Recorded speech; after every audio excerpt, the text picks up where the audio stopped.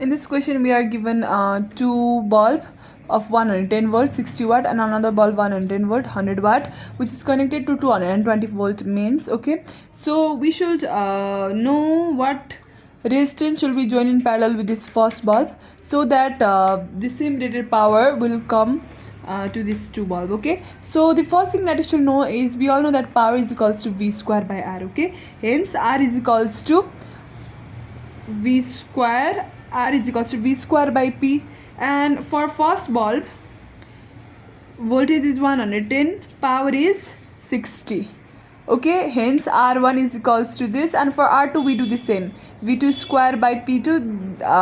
This is how formula comes, and 110 square, because we have 110 volt and power is 100, hence 121 ohm.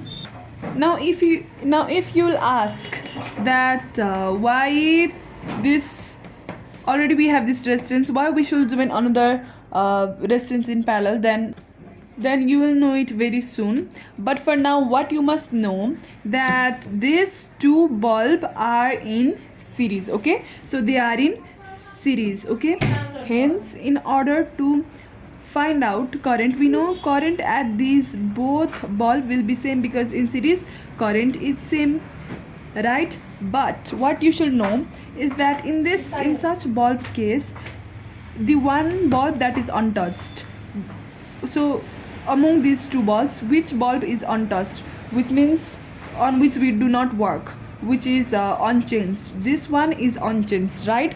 So we take current of this bulb and consider that current to be the current for these two series, because this one does not change, this one is untouched, right? But if we take this is the one that we touch or change or we work on, we do not take that current, we only consider the current which is not changed, so that it will be easy for us. Okay, so we know that P2 is equals to I2 into V2, right? So power is equals to 100 is equals to I2 into 110, hence 100 divided by 110, this gives us power is equals to 0.909 ampere. Okay, so we take the current of that bulb which is untouched, which is this bulb, and consider this to be current for this whole series, because this one we do not work on, this does not change. Okay, so the current for these both bulb comes as 0.909 ampere. And the next question that must come up in your mind is, why should we join any resistor in parallel with this bulb one? Okay, so it is because we know that the voltage drop that it can handle is 110 volt. Here resistance is 201.67 and current is 0.909 ampere. So V is equals to I into R, right? V is equals to I into R. So current for first bulb is 0.909 and resistance is 201.67. so if we calculate this will give me 183.31 volt. Okay, since current is 0.909 ampere and resistance is 201.67, this is greater than the voltage that it can handle. So we must connect a resistance in parallel in order for the new equivalent resistance to decrease. Okay, so since current is the same, current it flows 0.909 ampere, but we must change this resistance here. Okay, so we will find new resistance that should come.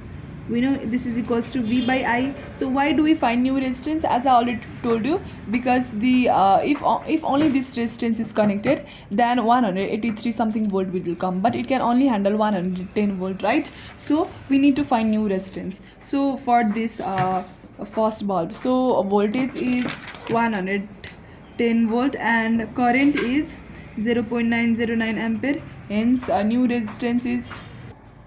new resistance comes something like 121.012 ohm, but like we will estimate this to 121 ohm. Okay, so this should be the resistance that we want in this bulb, but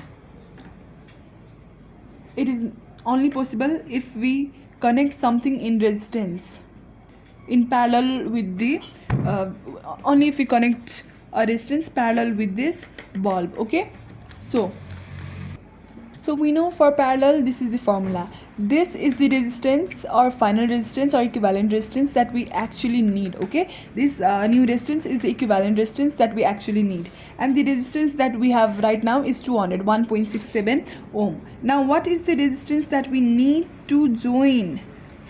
Okay, let R2 be the resistance that we need to join for whole resistance to drop to 121 ohm. Okay, so 1 by R1 already here,